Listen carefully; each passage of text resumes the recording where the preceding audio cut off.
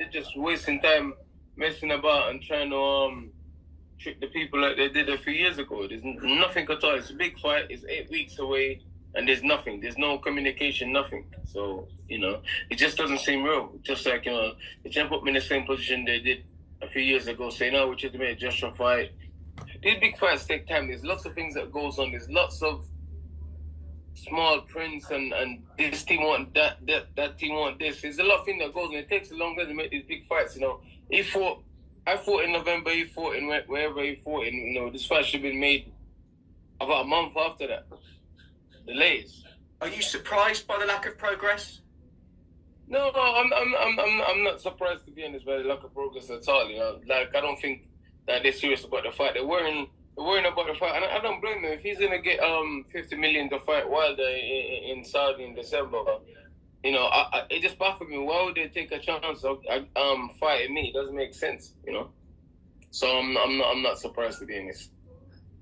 Do you think the Joshua fight can actually happen on August the 12th at the OT?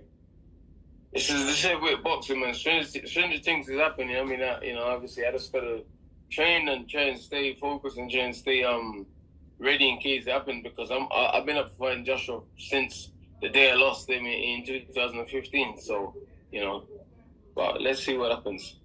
But August 15 it's a bit short. These big fights they need to be dealt with properly and built properly. It can be built into mega fights. You know what I mean? But if it's not done properly, then it's a bit like, and so.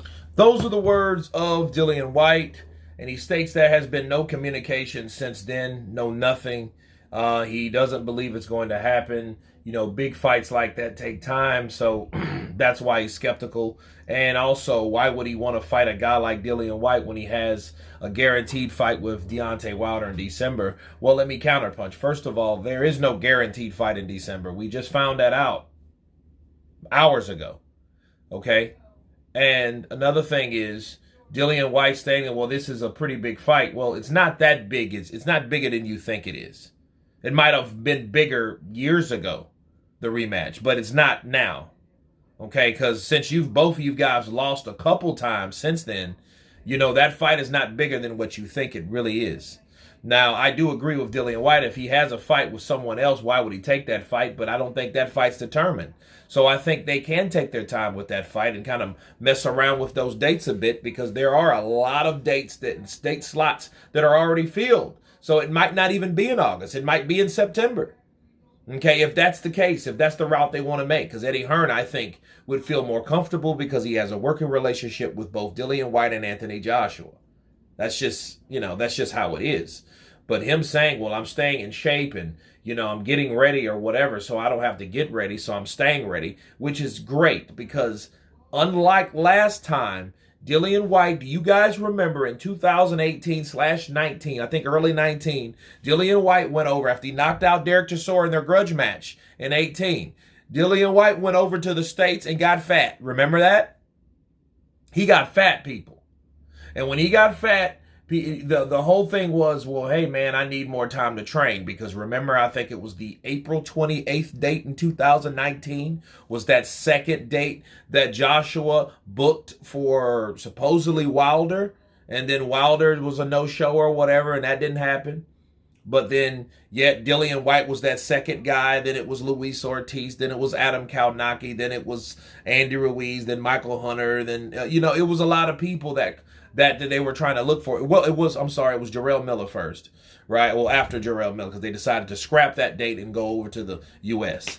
But Dillian Whyte got fat, so I'm glad that he is now at least staying in shape, and he's taking this very seriously, because this is a fickle sport. It does come down to, hey, do you want it or not? But as far as we all know, Eddie Hearn's supposed to send the contract offer to Dillian Whyte, so I don't know. So this is after that offer has been sent. And we haven't heard anything since then. So I think, Eddie, with all the interviews that he does, needs to address this ASAP, because someone like Dillian Whyte, he felt played the last time where Anthony Joshua fought Jermaine Franklin instead of himself, because he's supposed to fought the winner out of Whyte Franklin, and Whyte won.